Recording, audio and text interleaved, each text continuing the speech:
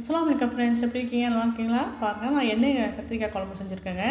அதுலேயே முருங்கைக்காய், மாங்காய் எல்லாம் போட்டிருக்கேங்க. ரொம்ப ரொம்ப சூப்பராக இருக்குங்க.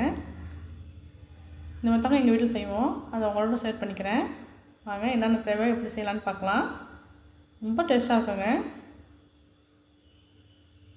கத்திரிக்காய் வந்து நான் சின்ன சின்ன கத்திரிக்காய் எடுத்து வச்சேன். பிஞ்சு கத்திரிக்காய் ஆகணும். அந்த எண்ணெயில் வதக்கிக்குவோம். அந்த எண்ணெய் கத்திரிக்காவை நல்லெண்ணெய் ஊற்றிருக்கேங்க. புளிக்குழம்புக்கு நல்லெண்ணெய் ஊற்றினா தான் நல்லா டேஸ்ட்டாக இருக்கும். அப்படியே முழுசாக நம்ம கீரி போட்டுக்கணுங்க. கீரி அதை வந்து எண்ணெயில் வதக்கி எடுத்துக்கலாம். பாருங்கள், இந்த மாதிரி தான் கீரிக்கணும்.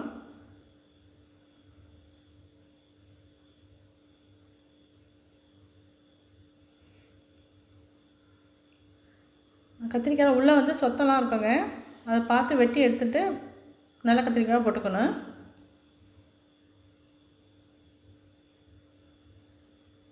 நல்லா கத்திரிக்காய் வதங்கட்டும்.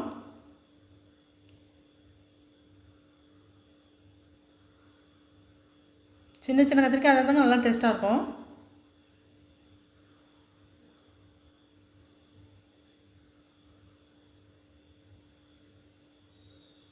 நல்லா வதங்கிடுச்சு, எடுத்துக்கலாம்.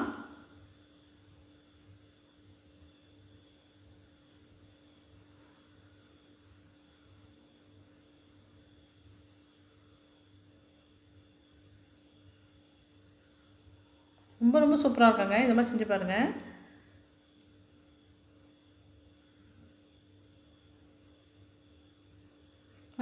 மற்ற சாமான் இதை போட்டு வதக்கிக்கிடலாம் மீதி எண்ணெயில்.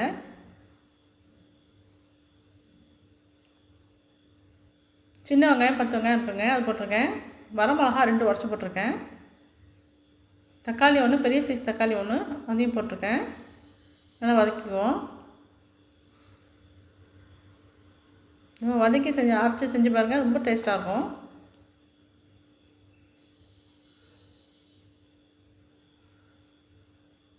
முழு மிளகு 1 ஸ்பூன் போடுறேன். முழு ஜீரகம் 1 ஸ்பூன் போட்டுக்கிறேன்.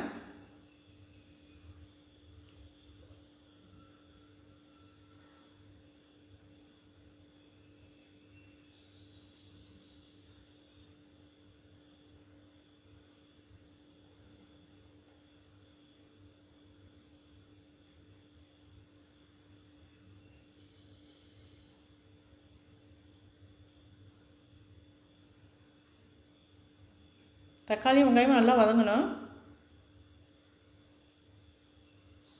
சின்ன வெங்காயம் போட்டுக்கோங்க, அதுதான் டேஸ்ட்டாக இருக்கும்.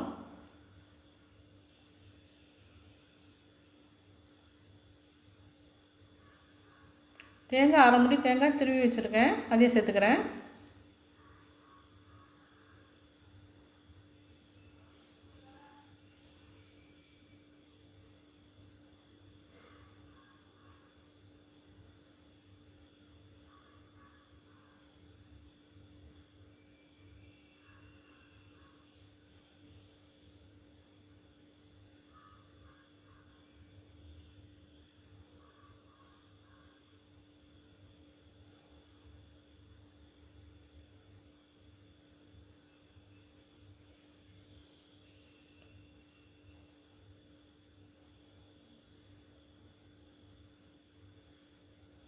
நல்லா வதங்கிடுச்சுங்க.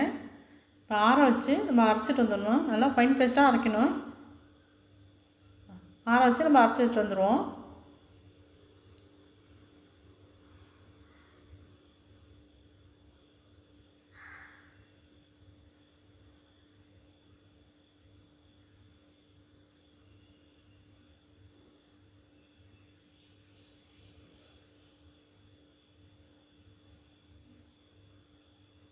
இன்னொரு பாத்திரம் அடுப்பில் வச்சுருக்கேன். இதுலேயும் நல்லெண்ணெய் ஊற்றிக்கிறேன். 2 புளிக்கரண்டியும் நான் நல்லெண்ணெய் ஊற்றிக்கிறேன்.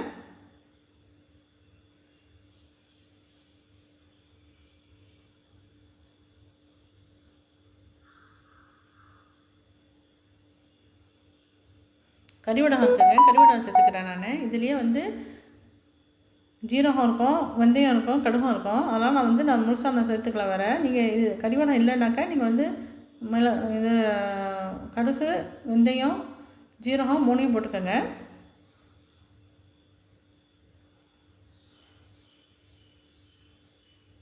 சின்ன வெங்காயம் இப்போயும் நான் போட்டுக்கிறேன்.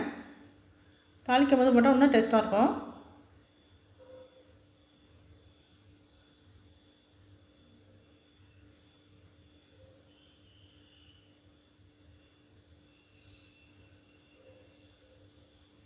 கருவேப்பிலை 2 கொத்து போட்டுக்கிறேன்.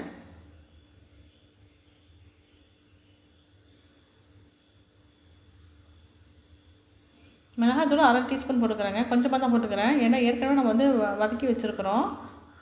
முழு மிளகாய் வர மிளகாவை நம்ம வதக்கி எடுத்து வச்சுருக்கோம், அரைச்சி வச்சுருக்கோம். அதனால் கொஞ்சமாக நான் சேர்த்துக்கிறேன்.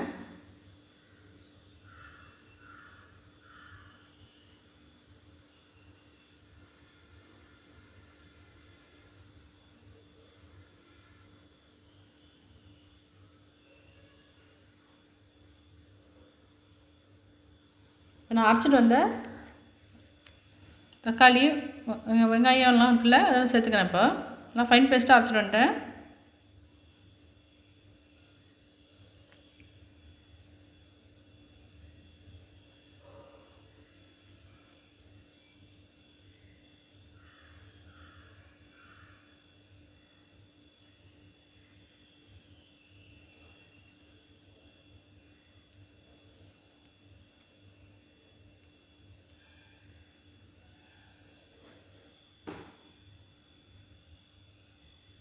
புளி தண்ணி பாருங்கள், சின்ன எலுமிச்சம்பழம் சைஸு நான் வந்து கரைச்சி வச்சுருக்கிறேன்.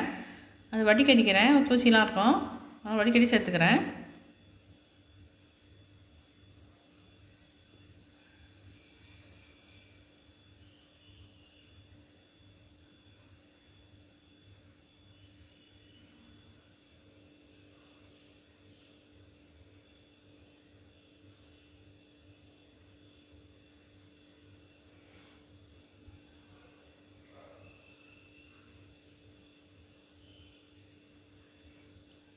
மல்லித்தூள் 3 மேஜக்கரண்டி போட்டுக்கிறேங்க.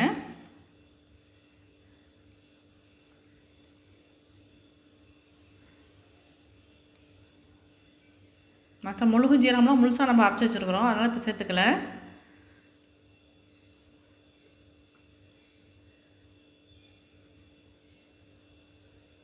தண்ணி தேவைக்கு அளவுக்கு வச்சுக்கிறேன்.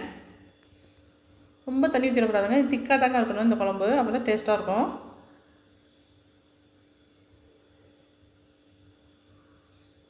கொதிக்கிட்டோம், ஒரு 5 நிமிஷம் கொதிக்கிட்டோம்.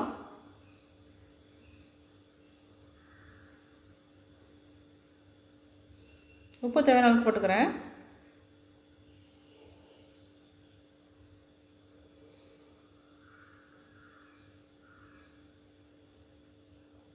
நல்லா கொதிக்குது பாருங்கள். ஒரு 5 நிமிஷம் கொதிச்சிச்சு. இப்போ வந்து நம்ம வதக்கி எடுத்து வச்சுருக்கிற கத்திரிக்காவை சேர்த்துக்கலாம். மஞ்சத்தூள் 1 ஸ்பூன் போட்டுக்கிறேன்.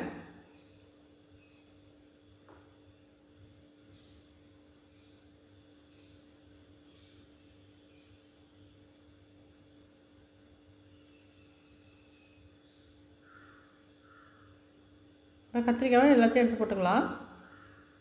முருங்கைக்காய் 2 முருங்கைக்காய் சின்ன சின்ன பீஸாக கட் பண்ணி வச்சுருக்கேங்க, அதையும் நான் சேர்த்துக்கிறேன்.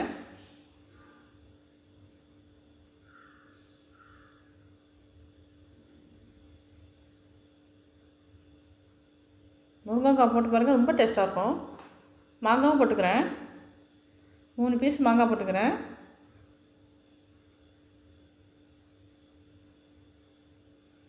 இதெல்லாம் சாப்பிட்டு பாருங்கள். நீங்கள் வந்து மற்ற சைட் டிஷ் எதுவுமே நமக்கு தேவையில்லை. இந்த காய்கறி இது ஒன்றே போதுங்க. இந்த குழம்புல இருக்கிற காய்கறியே போதும் நமக்கு, அந்தளவுக்கு டேஸ்ட்டாக இருக்கும். அப்பளம் ஒன்று மட்டும் நம்ம பொரிச்சுக்கிட்டால் போதும். இதில் உள்ள கத்திரிக்காய், முருங்கைக்காய், மாங்காய் தொட்டுக்கிட்டே நம்ம சாப்பிட்றலாம். நல்லா எண்ணெய்லாம் பிரிஞ்சு வந்துருச்சு பாருங்கள்.